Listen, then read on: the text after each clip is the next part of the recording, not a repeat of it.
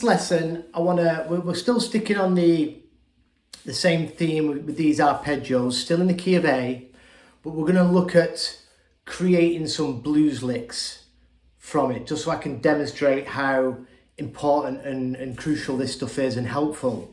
So we're going to sort of approach this kind of a B.B. King, how B.B. King would sort of do a blues intro, and then sort of a lick, you know, mixing up some of the scales with the arpeggio, some of the chord tones. So what we're going to start doing, what we'll do in this lesson is we're going to look at this E shape. So the A arpeggio for this E form. Also coming up to the root on the B string, 10th fret, which we've been using in exercises to transition. And then what we're going to do is we're going to start looking at mixing in how some of the scales work with this. So always remember, we've got our major and minor pentatonic. So the minor pentatonic in this position.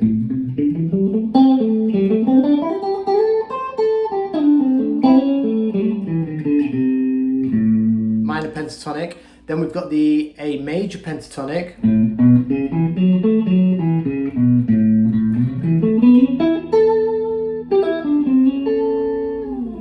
So let's look at some of them notes, what we've got. So then we've got our arpeggio has got in, if we look at the A minor pentatonic wrapped around this arpeggio, we've got a root, we've got the fifth, we've got the flat seven, which is in the minor pentatonic as well. So the fifth's in the minor pentatonic, the flat seven's in the minor pentatonic.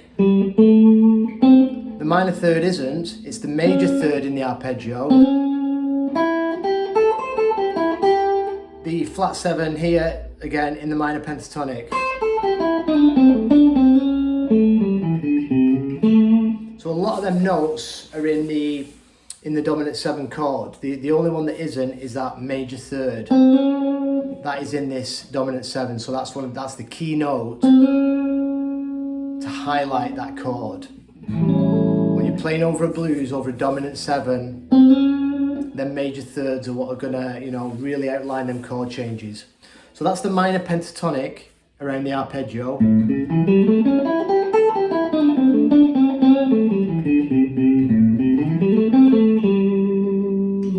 Then the major pentatonic.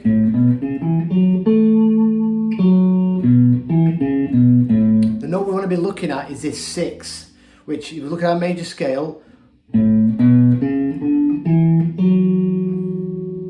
is this F sharp, which is behind the flat 7.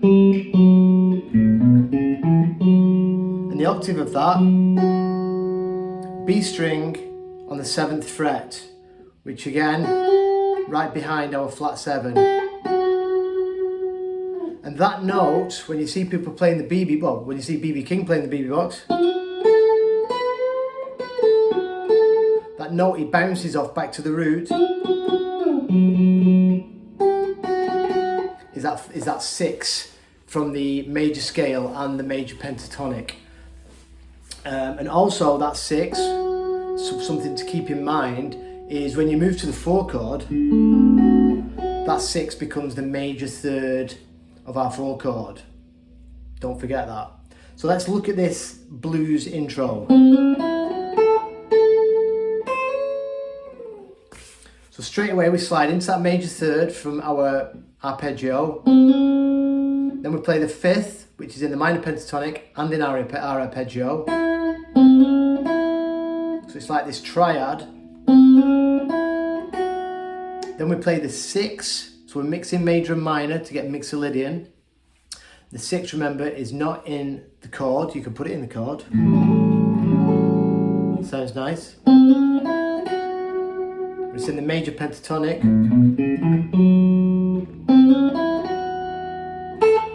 Then we're going to play the root on the high E. And then come over and to play the root on the 10th fret of the B string.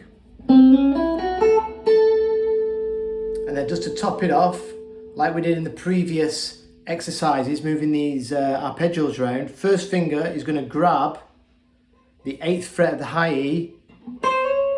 I'm going to slide into the 9th, which again is our major third. The octave of the note we slid into to begin with.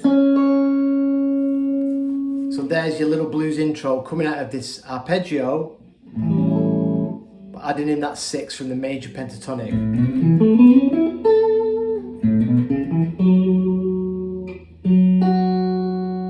Which is also, don't forget, the major third of the 4 chord. Never forget it.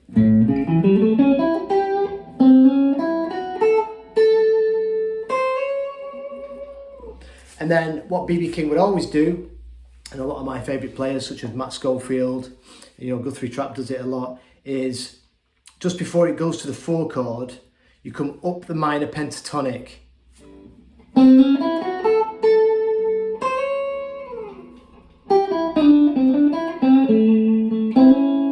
And then back into our dominant 7 chord. So that lick, just coming straight up the minor pentatonic from the flat 7, 5th, and then sliding from the blue note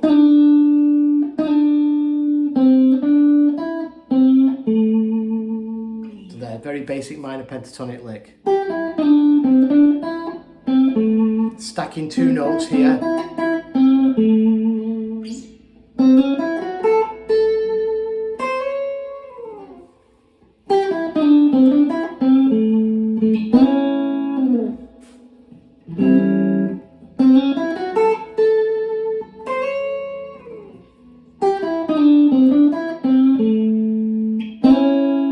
Just topping it off with this partial chord here, which was sliding in half a step down. So it's the 5th, B string 5th fret, middle finger on the major third, but sliding it in from a half step down.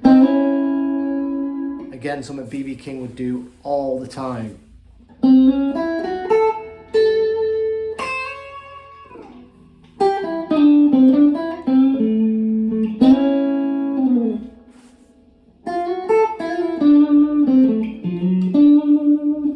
Into the 4 chord, which we're going to get to, but not in this video. So it's a good idea once you start getting some of these arpeggios under your fingers and moving them around, is to start looking at the scales around them. If you don't know your major pentatonic, you got to learn it. In the box position here, where the minor pentatonic is, and also going horizontally.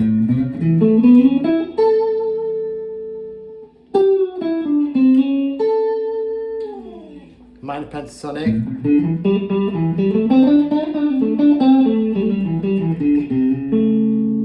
Mixing in that major third, and obviously your arpeggio.